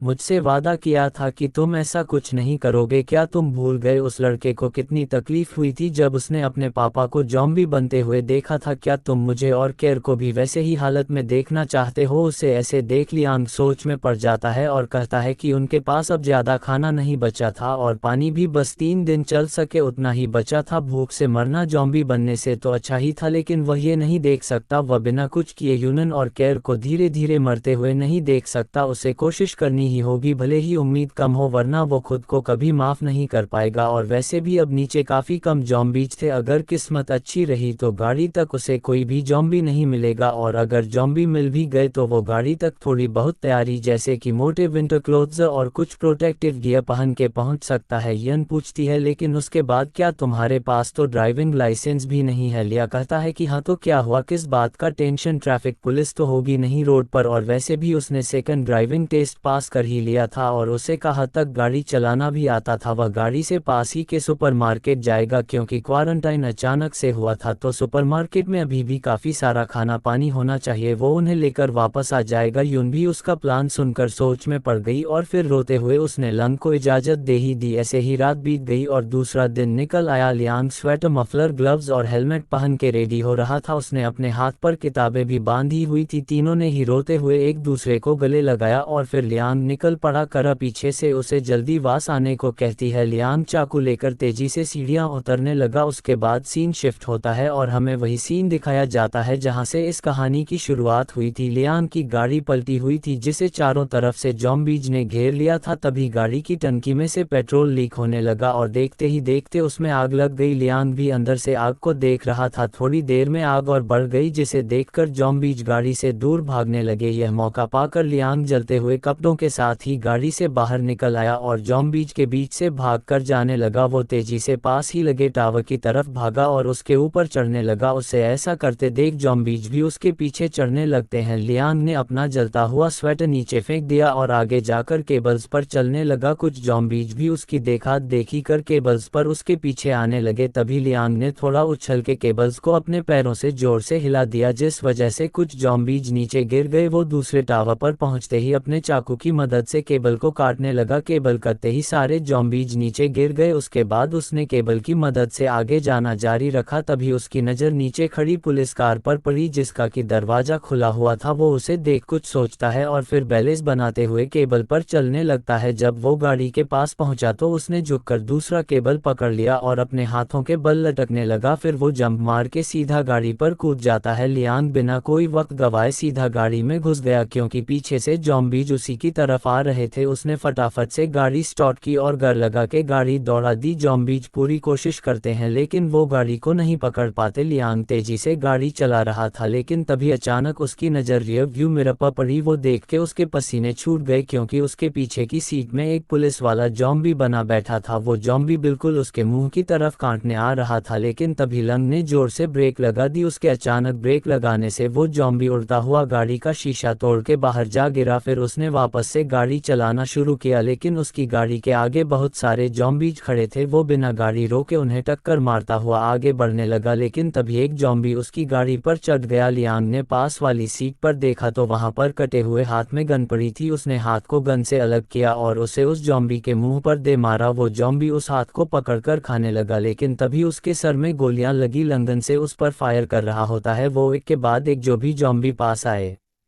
उसे गोली मारने लगा। तभी एक ज़ॉम्बी उसके बहुत ही करीब आ गया, जिसे देखकर उसने तेजी से गाड़ी मोड़ ली। इस वजह से उस ज़ॉम्बी का हाथ कट गया। उसकी गाड़ी कई सारे ज़ॉम्बी से टकराते हुए सीधा पास ही में लगी रेलिंग की तरफ जाने लगी। उसके टकराते ही वो रेलिंग टूट गई और गाड़ी सीधा पानी में गिरने लगी। उसके पीछे पीछे कुछ ज़ॉम्बीज भी कूद पड़े नीचे। एक कनाल बह रही थी जिस वजह से गाड़ी में पानी भरने लगता है। जब लियांग ने बाहर देखा तो ज़ॉम्बीज डूब रहे थे। उसने नोटिस किया कि ज़ॉम्बी से तैरा नहीं जा रहा था और वह बस डूब रहे थे। ये देखकर वह गाड़ी से बाहर निकला और तैरते हुए सतह पर आ गया। फिर वह तैर के कनाल में आगे बढ़ने लगा। तभी उसे साइड में एक बड़ी सी पाइप दिखती है। वो जाकर उस पाइप में घुस गया, लेकिन अभी जो कुछ भी हुआ उसकी वजह से उसे काफ़ी इंजरी हो गई थी और वह बेहोश हो गया। ऐसे ही दिन बीत जाता है और रात हो गई। लियांग अभी भी बेहोश पड़ा था। उसके ऊपर कीड़े घूम रहे थे। वो सपना देख रहा होता है जहाँ बहुत सारे ज़ॉम्बी केयर पर हमला कर रहे थे। ये देखकर लियांग केयर का नाम पुकारते हुए चौंक कर उठ गया। उसे अपने आगे अंधेरी टनल दिखती है। उसने उसमें आगे बढ़ना चालू कर दिया। इस पाइप में बहुत कचरा जमा हुआ था। लियांग अपने हाथों से उस कचरे को हटाता है और पाइप के आखिरी छोर तक पहुंच जाता है। वहां उसे सीढ़ियां दिखती हैं जिन्हें पकड़ के वो ऊपर चढ़ने लगा। तभी एक सीढ़ी टूट गई और उसका पैर फिसल गया। वह उस टूटी हुई सीढ़ी को देखता है और फिर कुछ सोचकर उसे उठा लेता है। जब उसने ढक्कन खोल के नाली से बाहर झांका तो उसे कुछ ज़ॉम्बीज दिखाई दिए। उन्हें देखकर वह वापस अंदर चला गया। दूसरी किसी गली में एक ज़ॉम्बी पीछे मुड़ के देखता है, लेकिन उसे कुछ नहीं दिखता, इसलिए वह वहां से आगे चला जाता है। तभी पीछे से ढक्कन खोल के लियांग ऊपर आ गया। उसने पास ही के दरवाजे पर लगे ताले को देखा और उस टूटी हुई सीढ़ी के सली से वो ताला तोड़ने लगा, लेकिन वो ताला काफी मजबूत था जिस वजह से सली भी मुड़ जाता है। इतनी मेहनत करके लियांग थकान के मारे हारने लगा। फिर वो वापस से उस ताले को तोड़ने की कोशिश करने लगा और उसके काफी जोर लगाने के बाद आखिरकार वह ताला टूट ही गया। उसके बाद लियांग दरवाजा खोलकर अंदर जाने लगा। अंदर उसे एक लंबा सा गलियारा दिखा। वही कोने में कुछ लकड़ियां और बॉक्स भी पड़े थे। वो थोड़ा और आगे बढ़ा तो उसे एक टूटा हुआ दरवाजा देखा। दरवाजा देखकर ऐसा लग रहा था कि किसी ने उसे जबरदस्ती तोड़ा हो। वह उससे अंदर जाता है तो सुपरमार्केट के सारे रैक खाली पड़े थे। वह भागते हुए हर जगह ढूंढने लगा, लेकिन उसे कुछ नहीं मिलता। उसने इधर उधर देखा तो उसकी नज़र पास ही की दीवार में बने छेद पर पड़ती है। वह उसके अंदर जाता है तो वहाँ एक और गलियारा था। वह संभलते हुए आगे बढ़ने लगा। वहाँ नीचे जमीन और दीवारों पर खून के धब्बे लगे थे। तभी अचानक से उसे एक छोटी बच्ची दिखाई देती है जो कि पानी की बाल्टी पकड़े हुई थी। वो दोनों ही एक दूसरे को देखकर चौंक गए और वह बच्ची बाल्टी को वहीं गिरा के भागने लगी। वह तेजी से दीवार में बने छेद में घुस गई। लंग उस पानी की बाल्टी के पास जाता है और उसे उठा के पीने लगता है। इसके बाद हमें एक बदसूरत सा मोटा आदमी दिखाया जाता है जो कि सिगरेट पीते हुए एक औरत के साथ मजे कर रहा था। वह उस औरत से बोलता है कि कमीनी कहीं की मरे हुए इंसान की तरह क्यों बिहेव कर रही है, थोड़ा कोऑपरेट कर और मजे ले। और इतना बोल के वह जोर जोर से हंसने लगा। तभी वो बच्ची वहां अपनी मम्मी का नाम पुकारते हुए आ गई, लेकिन उसको सी हालत में देखकर उसने अपनी नज़र फेर ली। उसे देख वो आदमी गुस्से के मारे उसका हाथ पकड़कर मारने लगा। वो उसे कहता है कि नाकारा कहीं की तेरी हिम्मत कैसे हुई मेरा मूड खराब करने की, अगर तेरी माँ मुझसे भीख नहीं मांगती तो मैं कब का तुझे ज़ॉम्बीज को खिला देता। तभी उसे अपने सर पर गन महसूस होती है और वह चौंक जाता है। लियांग उस आदमी के सर पर गन ताने खड़ा था जिसे देखकर वो आदमी कांप रहा था। वो आदमी कहता है कि अरे भाई इतना गुस्सा क्यों हो रहे हो। वो कहता है कि वो एक अच्छा आदमी है और इस बच्ची को बस सबक सिखा रहा था कि हीरा जब घिसे तभी तो चमकेगा। लेकिन वो बच्ची जाकर लियांग के पीछे छिप गई। वो आदमी बोलता है कि अगर लियांग इतने सारे ज़ॉम्बीज के बीच यहाँ तक पहुँच पाया तो इसका मतलब है कि वो एक ग्रेट हीरो है। वो उसके जैसे हीरोज़ की बहुत रिस्पेक्ट करता है। फिर वो पास ही के सामान की तरफ इशारा करके कहता है कि वो जितना चाहे उतना सामान यहाँ से ले जा सकता है,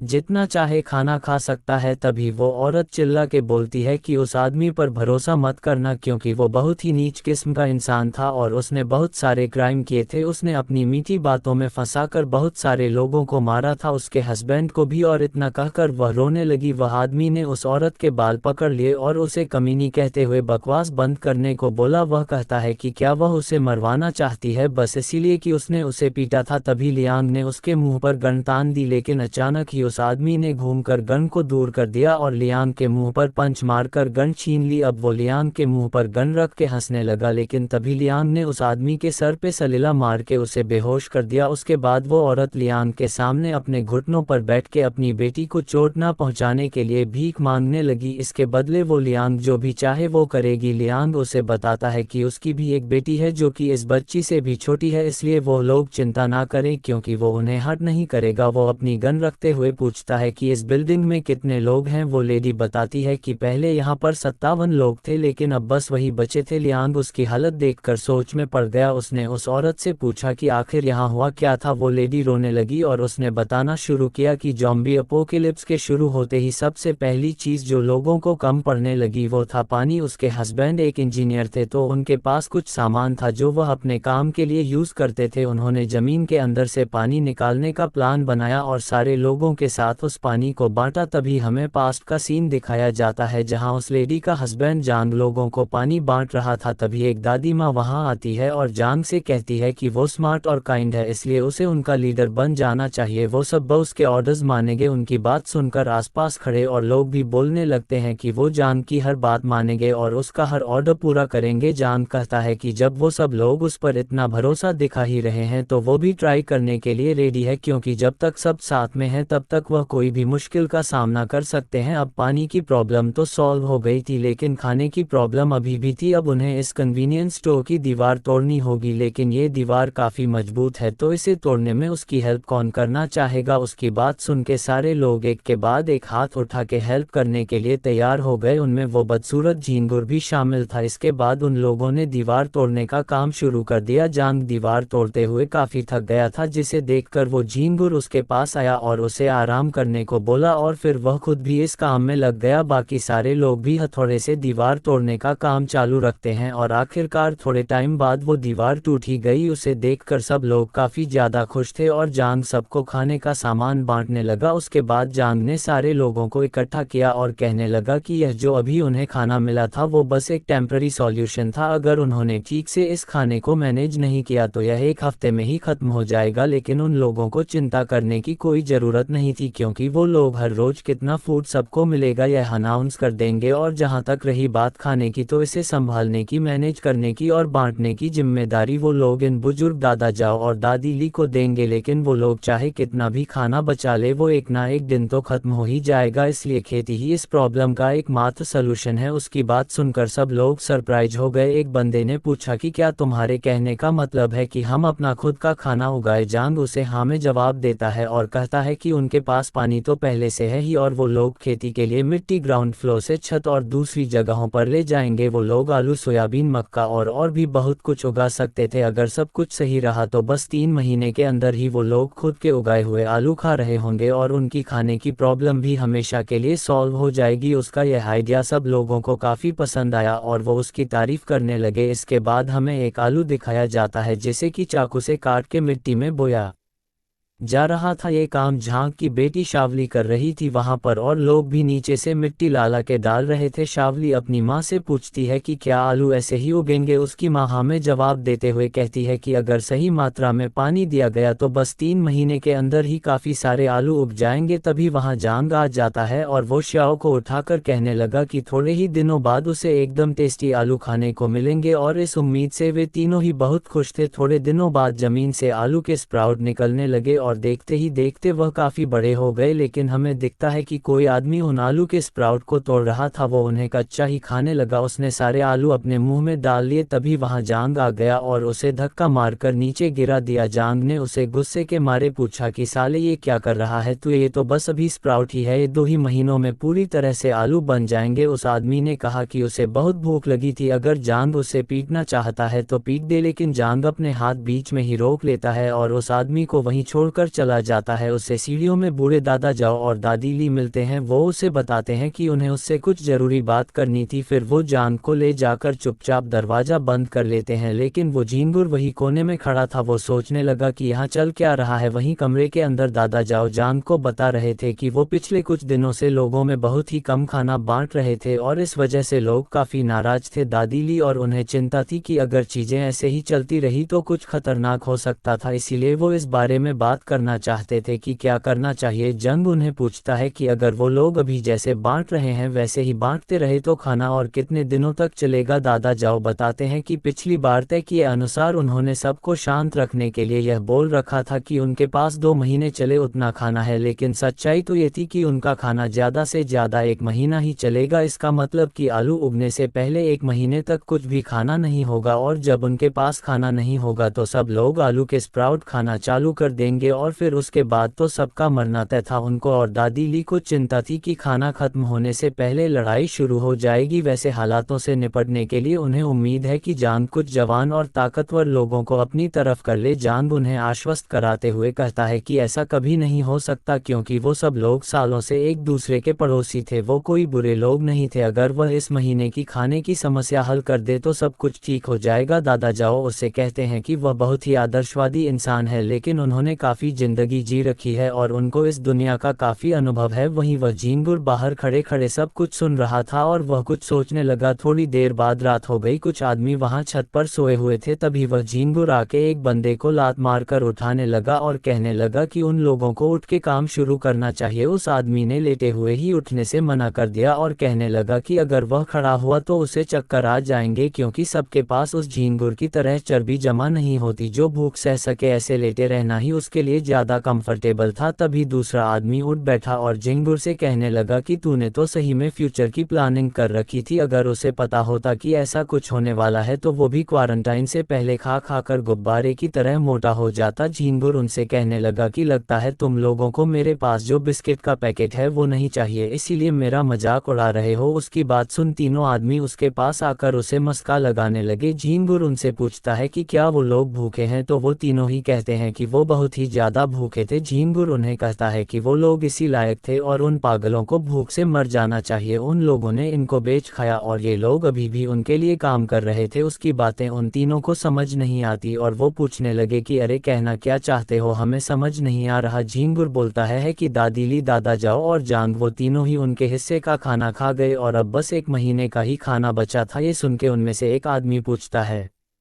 क्या मतलब वह यहाँ रोज गधों की तरह मजदूरी कर रहा था और नीचे वो लोग जितना चाहे उतना खाना पीना कर रहे थे। दूसरा आदमी खड़े होते हुए कहता है चलो उन कमीनों को सबक सिखाते हैं। तभी वो झींगुर उन्हें रोकते हुए कहता है कि तुम्हारे जैसे कुछ कमजोर लोगों उनका मुकाबला नहीं कर पाएंगे, उन्हें थोड़े और लोगों को इकट्ठा करने होंगे और फिर जाकर खाने का रिजर्व चेक करना होगा। उसके बाद वो लोग एक बड़ी भीड़ लेकर उन दादा जाओ और दादीली के पास पहुंच गए। वो दोनों उन लोगों को शांत करने की कोशिश कर रहे थे, लेकिन सब लोग कह रहे थे कि उन्हें खाने का स्टोरेज चेक करना था। क्या उन लोगों ने उनके हिस्से का खाना चुराया था? उन दोनों के पास लोगों को शांत कराने का कोई तरीका नहीं था। तभी वहां जांग आ जाता है। भीड़ में से एक आदमी ने पूछा कि सब लोग कह रहे हैं कि तुम लोगों ने हमारे हिस्से का खाना खा लिया है, इसलिए हम सच्चाई जानने के लिए खाने का स्टोरेज चेक करना चाहते हैं। जांग है कि वो समझ सकता है कि वो लोग ऐसा क्यों कर रहे थे, लेकिन सबसे पहली बात ये कि उसने या तो दादा जाओ या दादीली किसी ने भी एक्स्ट्रा खाना नहीं लिया था। वह सब बस झूठ है। बिना रिश्तेदारों के 2 बूढ़े लोग कितना ही खाना खा लेंगे। और जहां तक रही बात उसकी, तो जो लोग उसे जानते हैं वह उसके बिना समझाए ही समझ जाएंगे। भीड़ में से एक आदमी कहता है कि हाँ, जांग कई बार भूख की वजह से बेहोश हो जाता था, उन्होंने वो देखा था। जांग आगे बताता है कि यह सच है कि उन्होंने जितना उन लोगों को बोला था उतना खाना नहीं है स्टोरेज में, क्योंकि उसने ही दादा जाओ और दादीली को झूठ बोलने के लिए कहा था ताकि सब लोग शांत रहे। उसे डर था कि कहीं सच जानने के बाद लोग एक दूसरे को मारना ना शुरू कर दें। उसे यकीन है कि वो लोग उसकी बात समझ पाएंगे। जांग की बात सुनकर सब लोग सोच में पड़ गए, लेकिन वो झींगुर अपना प्लान फेल कैसे होने देता। वो आगे आकर चिल्ला के कहता है कि जांग उन्हें इस तरह कुछ बातों से बहला नहीं सकता कि किसको यकीन होगा उसकी बातों पे। क्या वो उन्हें बच्चा समझता है? सारा खाना उनके हवाले कर दो, अब से तुम उसकी देखभाल नहीं करोगे। तभी एक आदमी ने आकर उसके मुंह पर पंच मार दिया और कहने लगा कि साले सुअर कहीं के एहसान फरामोश कमीने, अगर जांग नहीं होता तो अब तक तू प्यास से मर जाता। और इसी तरह उन सब लोगों में लड़ाई हो जाती है। कोई किसी के बाल खींच रहा था तो कोई किसी का मुंह नोच रहा था। वो झींगुर ने उस आदमी को जमीन पर पटक दिया। तभी जांग ने चिल्ला के उन्हें लड़ाई बंद करने को कहा। उसकी आवाज़ सुनकर सब लोग उसकी तरफ देखने लगे। जांग ने कहना जारी रखा कि वो लोग कई सालों से पड़ोसी रह चुके थे, तो इस तरह लड़ने की कोई ज़रूरत नहीं थी। उन्हें एक दूसरे को समझने की कोशिश करनी चाहिए, लेकिन अब जब कुछ लोगों को अपने हिस्से का खाना वापस ही चाहिए तो ठीक है, वो लोग लोग अपने हिस्से का खाना ले जा सकते थे, लेकिन इससे पहले वह उन्हें वार्न करना चाहता था कि अगर उनका खाना खत्म हो गया और उन्होंने छत पर लगे आलू के स्प्राउट खाना शुरू किया तो उन्हें उसके मुखों का सामना करना होगा। उसकी बात सुनके वो मोटा और कुछ आदमी वहां से चले गए। ऐसे ही रात हो गई। वो सारे लोग एक जगह पर इकट्ठा हो गए। उनमें से एक आदमी झींगुर से पूछता है कि उसने उन सबको यहाँ इकट्ठा क्यों किया था। उस मोटे ने बोलना शुरू किया कि वहाँ जमा सब लोग स्मार्ट थे क्योंकि उन्होंने अपने हिस्से का खाना ले लिया था। सबको पता था कि आज दिन में नीचे क्या हुआ। जांग ने सबके हिस्से का खाना ले लिया और ऐसे नाटक किया कि वह निर्दोष है। वो उनकी बेइज्जती कर रहा था। ये थोड़ा सा खाना उन्हें कितने ही दिनों तक चलेगा। झांग ने यह बात पक्की कर दी थी कि वह उन्हें भूख से मारना चाहता था, तो ऐसे धीरे धीरे मरने से अच्छा है कि वो उन पर हमला कर दे। जबकि वो सतर्क नहीं थे। वो आदमी ने पूछा कि तुम्हारे कहने का मतलब क्या है। मोटा बताता है कि बात साफ थी, उन्हें वो खाना चाहिए, या तो वो लोग रहेंगे या हमें उनको मारने का यह मौका खोना नहीं चाहिए। उसकी बातें सुनकर सब लोग सोच में पड़ गए। उन्हें ऐसे देखकर झींगुर उन्हें काय कहता है और पूछता है कि क्या कोई तुम्हें मरने को कहेगा तो तुम मर जाओगे। वो आदमी बताता है कि बात ऐसी नहीं थी, वो इसलिए हिचकिचाहट से 10 या 12 लोग थे, वहीं नीचे उनसे कहीं ज्यादा लोग थे। उसके जवाब में मोटा कहता है कि भले ही उनके पास ज्यादा लोग हो, लेकिन उनमें से ज्यादातर लोग या तो बहुत छोटे थे या तो बहुत बूढ़े, और ऊपर से वो लोग भूख की वजह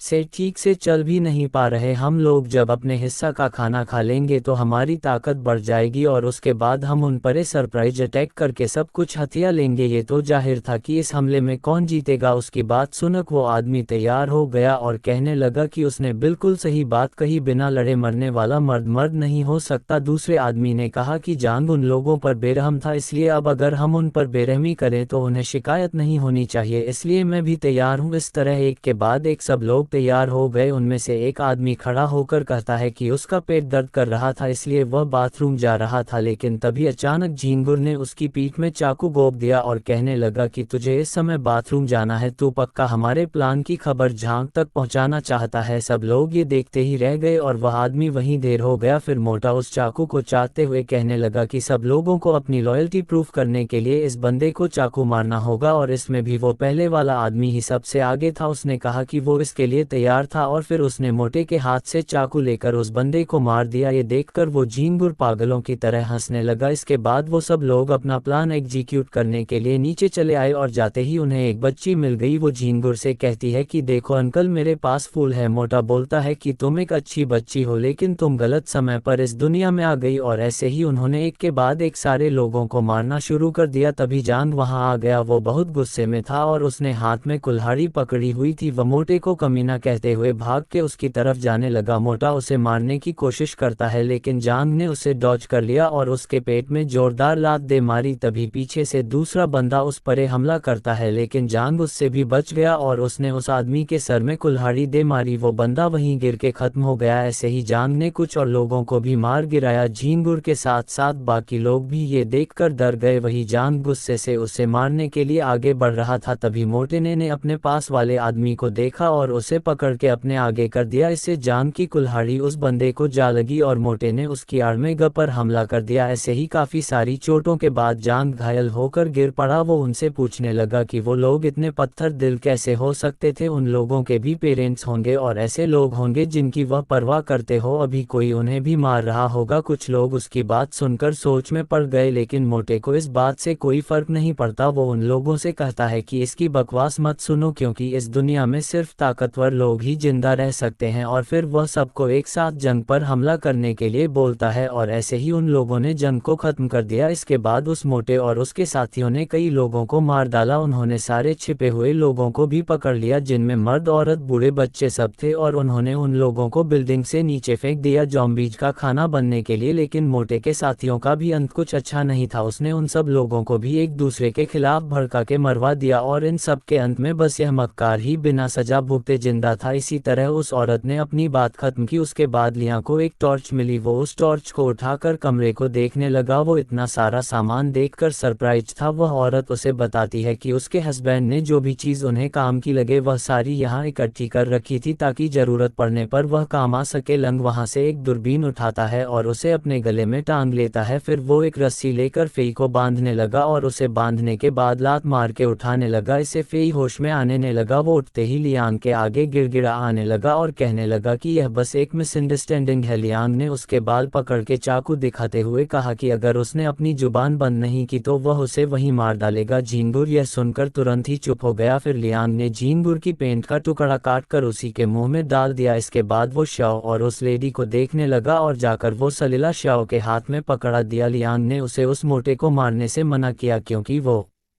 अभी भी काम आ सकता था। शाओ उसकी बात मान जाती है और फिर जाकर उस जिनबुर को पीटने लगती है। वो लेडी भी उसके साथ ही जिनबुर को पीटने लगी। वही लियांग बैग को देखकर खुश हो रहा था। वो उस बैग में खाने पीने का सामान भरने लगा और साथ ही खुद भी उसे खाने लगा। इसके बाद वह दूरबीन लेकर खिड़की के पास चला आया। उसने पर्दा हटाया और दूरबीन की मदद से सामने की ओर देखने लगा। वो वहाँ किसी बिल्डिंग को देख रहा था, खासकर उसमें से एक घर को। वो घर देखकर उसकी आंखों में आंसू आ गए। तभी पीछे से शव आकर उसे पानी देती है। लियांग से ग्लास लेकर पानी पीने लगा। शाओ उससे पूछती है कि मिस्टर, क्या आप अपने घर को देख रहे थे? लियांग कहता है कि वह अपने नहीं बल्कि अपने पेरेंट्स के घर को देख रहा था। उसका उनसे क्वारंटाइन के बाद कोई संपर्क नहीं हुआ, इसलिए उसे नहीं पता कि वह अभी कैसे हालात में है। फिर शाओ पूछती है कि क्या आप अपने पेरेंट्स के पास जाने का प्लान बना रहे हो? उसकी बात सुनकर लियांग ने दुखी होकर अपना मुंह नीचे कर लिया और कहने लगा कि नहीं, वह अपने पेरेंट्स के घर नहीं जा रहा क्योंकि उसकी बेटी अभी घर पर थी और उसे खाना और पानी की जरूरत थी, तो अभी वह वापस अपने घर जाएगा। तभी अचानक शाओ लियांग के पीछे देखकर अपनी मां को ऐसा करने से मना करने लगी। यह सुनकर लियांग भी साइड हट गया, जिस वजह से उस औरत का निशाना चूक जाता है। लियांग उसकी गर्दन पकड़ लेता है और अपना चाकू उसे मारने के लिए उठाता है। ये देखकर उस औरत ने डर से अपनी आंखें बंद कर ली। शाओ भी रोते हुए लियांग से ऐसा ना करने को कहती है। उसकी बात सुनकर पहले तो लियांग थोड़ा हिच जाता है, पर फिर उसने उस औरत को छोड़ ही दिया। वह कहने लगा कि अब जब कोई कानून नहीं रहा तो उसे समझ नहीं आ रहा था कि ज्यादा खतरनाक है या इंसान। ये सुनकर उस औरत ने सलीला छोड़ दिया और रोने लगी। वह अपने मुंह पर हाथ रखकर रोए ही जा रही थी। वह बोलती है कि उसे यकीन नहीं करना था कि इस दुनिया में अभी भी अच्छे लोग बचे थे और वह उन्हें कुछ नुकसान नहीं पहुंचाएगा। उसके हस्बैंड ने लोगों पर बहुत यकीन किया, जिसकी कीमत उन्हें अपनी जान से चुकानी पड़ी और उसे भी काफी कुछ झेलना पड़ा। जांग ने उसे उनकी बेटी का ख्याल रखने को बोला था, लेकिन उसके जैसी कमजोर औरत ऐसे हालातों का सामना कैसे कर सकती है? उसकी बात सुनकर लिया सोच में पड़ गया और फिर कहने लगा कि जितने भी लोग अब तक जिंदा थे उन सब ने काफी ज्यादा तकलीफें सही थी। भूख और जीने की चाह के आगे इंसानियत कमजोर पड़ जाती है, लेकिन उनके पास फिर भी चुनने का हक था। उसने भी पहले उन दोनों को मारने का सोचा था, लेकिन उसने उन पर यकीन किया, जिसकी उसे अभी लगभग बड़ी कीमत चुकानी पड़ी। लेकिन फिर भी उसे इस बात का कोई अफसोस नहीं। अगर ऐसी मौत से भरी दुनिया में वह अपने दिल को सूरज की रोशनी से नहीं नहला जाएंगे तो जिंदा होने के बावजूद भी उन बाहर घूम रहे ज़ॉम्बीज और उनमें क्या ही अंतर रह जाएगा। उसके हस्बैंड ने भी कुछ ऐसा ही सोचा होगा, इसीलिए उन्होंने यकीन किया। लियांग की बात सुनकर वह औरत और भी ज्यादा रोने लगी और शाओ को गले लगा के पुराने पल याद करने लगी। तभी अचानक कहीं से गोली चलने की आवाज आई। उसे सुन लियांग भाग के खिड़की के पास आ गया। वह दूरबीन की मदद से आवाज की डायरेक्शन में देखने लगा। वही सामने वाली बिल्डिंग पर लोग भाले और गोलियां चलाते हुए एक दूसरे को मरने को बोल रहे थे। तभी कोई आदमी खड़ा होकर अजीब सी गन से गोली चलाने लगा। उसके पीछे और भी बंदे हथियार लिए सीढ़ी पर चढ़ रहे थे। उन सब की आंखें लाल थी। वो सीढ़ी लेकर दूसरी बिल्डिंग पर जाने लगे, जहां आम से दिखने वाले लोग बांध से बनाए भाले और शील्ड लेकर लड़ रहे थे। लेकिन उस बंदे ने कुल्हाड़ी के एक ही बार से उस शील्ड को चीर दिया और उसके पीछे खड़ा बंदा वहीं ढेर हो गया। उसके पीछे और भी बंदे सीढ़ियां लगाकर दूसरी बिल्डिंग पर आने लगे। उन आम से दिखने वाले लोगों में से कुछ नीचे ज़ॉम्बीज के झुंड में जा गिरे, जिन्हें ज़ॉम्बीज ने तुरंत नोच खाया। वो पहले वाला आदमी फिर से गन में गोली लोड करने लगा और फिर उसने सामने वाली बिल्डिंग पे एक और बंदे को शूट कर दिया। वही कोई दूसरा बंदा लाइटर की मदद से मोलोटो जला रहा था। उसने पूरा जोर लगा के वो मोलोटो सामने वाली बिल्डिंग पर फेंक दिया, जो कि जाकर सीधा उन आदमियों के पास ही फटा। पर वो शील्ड की वजह से बच गया, लेकिन उसकी शील्ड और कपड़े जलने लगे थे। तभी पीछे से एक औरत कपड़ा लेकर आए और उसकी मदद से उसने आग बुझा दी। उन्हें देखकर लियांग चौंक गया, क्योंकि वो और कोई नहीं बल्कि उसके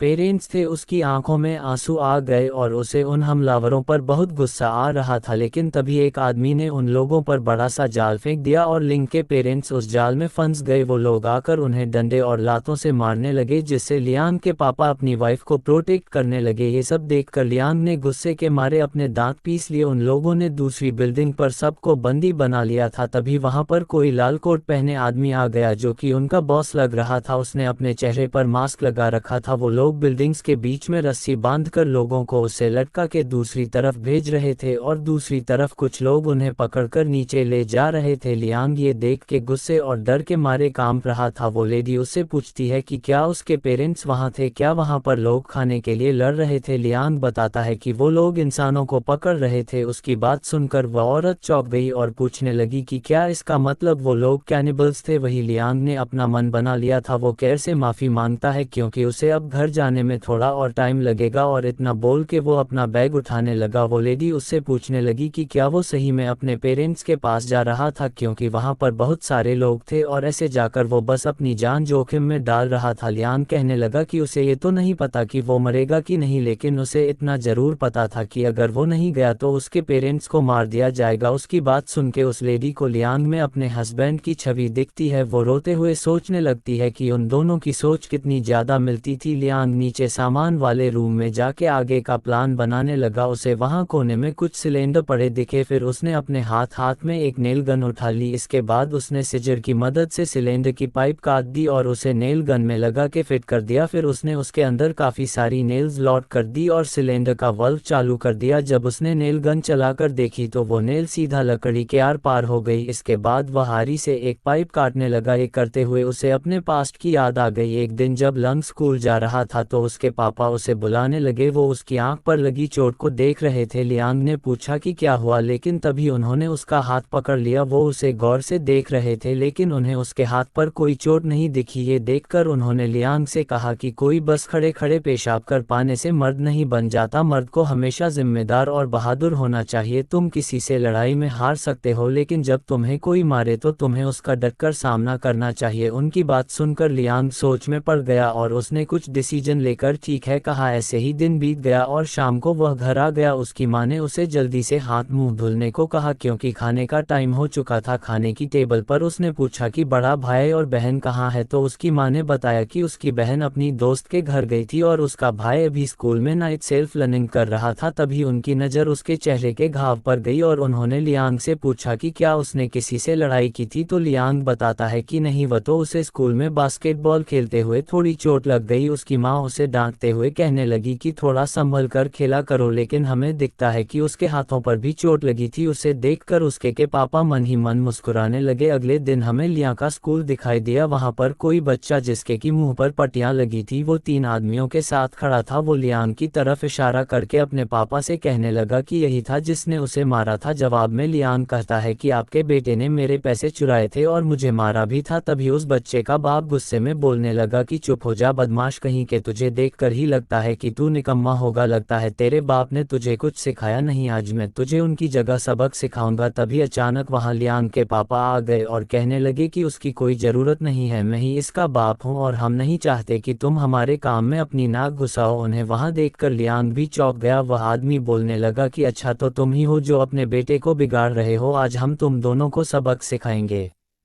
और इतना कहकर उसने अपने पीछे खड़े लोगों को उन पर हमला करने के लिए कहा। उसका ऑर्डर सुनकर पीछे खड़ा गार्ड और दूसरा आदमी उन पर हमला करने के लिए आगे बढ़ने लगे, लेकिन लियांग के पापा ने उसका पंच डॉज करके उस अंडरस्कोप के मुंह पर जोरदार मुक्का जड़ दिया और फिर नीचे झुककर दूसरे आदमी का वार भी डॉज कर लिया। इसके बाद उन्होंने तुरंत ऊपर उठकर उसके मुंह पर भी एक मुक्का जड़ दिया। वो आदमी यह सब देखकर चौंक गया, लेकिन जल्द ही उसके मुंह पर भी जोरदार मुक्का पड़ा। उन सभी को पीटकर वो लंग के साथ वहां से घर जाने लगे। रास्ते में लंग पूछने लगा कि पापा आप इतना अच्छा कैसे लड़ लेते हो, क्या आप मुझे भी बॉक्सिंग सिखाओगे। तो उन्होंने बताया कि वो किसी टाइम पर प्रोविंशियल बॉक्सिंग टीम के मेंबर थे। फिर उन्होंने ली से कहा कि अब जब तुम्हारे पास 10,000 लोगों में से एक के पास होने वाली कुंग-फू जीनियस की हड्डियां और मार्शल आर्ट्स के लिए टैलेंट है तो मैं तुम्हें अपना डिसाइल बना ही लेता हूं। वही हमें प्रेजेंट का सीन दिखाया जाता है जहां लियांग पाइप में छेद कर रहा था। उसने उस पाइप में गैस का कैन डाला और फिर उसके ऊपर काफी सारी कीलें भर के उसे टेप से बंद कर दिया। वो जब अपना बैग पैक कर रहा था तो पीछे से वो लेडी जैकेट लेकर आ गई। वो उसे कहती है कि ये उसके हस्बैंड के कपड़े थे। उन दोनों की कदकाठी काफी हद तक समान थी, इसलिए ये कपड़े उसे हो जाएंगे। लियांग ने उस जैकेट को पहनते हुए थैंक्स बोला। तभी वो औरत पूछने लगी कि क्या उसके पास कोई प्लान है, तो लियांग बताता है कि वह वहां तक इन बाहर लगे केबल्स पर रेंगते हुए जाएगा और बाकी सब किस्मत पे था। इसके बाद उसने कटर की मदद से खिड़की का ताला तोड़ दिया और फेई को लेकर बाहर लगे लगे बिलबोर्ड पर उतर गया। फेई कांपते हुए कुछ बोलने की कोशिश कर रहा था। उन्हें देखकर नीचे काफी सारे ज़ॉम्बीज भी इकट्ठा हो गए। तभी लियांग ने फेई को पीछे से लात मार दी और वह रोते हुए नीचे गिरने लगा। उसके नीचे गिरते ही सारे ज़ॉम्बीज उस पर टूट पड़े और यह मौका पाकर लियांग ने केबल्स पर रेंगना शुरू कर दिया। कुछ ज़ॉम्बीज फेई का हाथ तोड़कर खा रहे थे तो कुछ उसका पैर, और ऐसे ही फेई का भी यहाँ खात्मा हो जाता है। वही भागते हुए ज़ॉम्बीज के ऊपर लियांग आराम से केबल्स पे रेंग रहा था। ऐसे ही रेंगते रेंगते वो उस बिल्डिंग तक पहुंच ही गया। शाओ और उसकी माँ दूर से ये देख रहे थे। शाओ कहती है कि माँ, वो मिस्टर तो बहुत ही अमेजिंग है। उसकी माँ कहती है कि वो बात तो है, लेकिन उससे कुछ फर्क नहीं पड़ता क्योंकि अब वो उनके हाथों से मारा जाएगा। वो इतने सारे लोगों से अकेले नहीं जीत सकता। ऊपर से बुरी बात तो यह है कि उसकी बच्ची अभी भी उसके वापस लौटने का वेट कर रही है। शाओ रोते हुए कहती है कि नहीं, मुझे पक्का यकीन है कि मिस्टर वापस जरूर आएंगे। उसकी बात सुन वो उसे मुस्कुराते हुए देखने लगी। वहीं लियांग उस बिल्डिंग की खिड़की के बाहर बैठा सेकंड्स गिन रहा था। जैसे ही 1 मिनट कंप्लीट हुआ वह सीधा खिड़की के अंदर घुस गया। उसने अपनी आंखें खोली और नेल गन लेकर रेडी हो गया। उस कमरे में चारों तरफ खून के धब्बे थे। वहां बेड पर एक औरत की बॉडी भी पड़ी थी जिस पर वह ज्यादा ध्यान नहीं देता। उसने पास ही के टेबल से एक गिलास उठाया और उसे दीवार पर लगाकर सुनने की कोशिश करने लगा। जब उसे कोई आवाज नहीं आई तो वो दरवाजा खोलकर आगे बढ़ने लगा। उस दरवाजे से बाहर सीढ़ियों तक खून से घसीट के निशान बने हुए थे। दीवारों पे भी खून के धब्बे थे। उसने अपनी नेल गम ताने आगे बढ़ना जारी रखा। वहां सीढ़ियों में कुछ बॉडी पार्ट से भरे बैग्स भी पड़े थे। उसने ऊपर देखा तो उसे कुछ रोशनी दिखाई दी। उसने पास जाकर देखा तो उसे कमरे के अंदर कुछ लोग दिखाई दिए। वह उनकी बातें सुन के अंदाजा लगाने लगा कि टोटल कितने आदमी थे। उसे पता चला कि अंदर 3 लोग थे। अंदर से एक आदमी कहता है कि आज तो मेन बिल्डिंग वाले पक्का पार्टी मना रहे होंगे। वो लोग पक्का दारू और औरतों के साथ मजे कर रहे होंगे। दूसरा आदमी कहता है कि यह तो बिल्कुल भी फेयर नहीं था क्योंकि वो लोग कॉमेट इंजीनियर की टीम होकर हर बार इतना सारा काम करते थे लेकिन फिर भी उन्हें कुछ अच्छा नहीं मिलता था। उसकी बात सुन के तीसरे आदमी ने उसके सर पर मारा। वो पूछने लगा कि साले मार क्यों रहा है, तो वो आदमी बताने लगा कि तुझे बस बातें करनी होती है। आज के हमले में असल टीम के 3 लोग मारे गए और तुम्हें पता है कि जो लोग ज्यादा घायल हुए हैं उनके साथ क्या होने वाला है। क्या तुम ये चाहते हो कि मैं बॉस से बात करके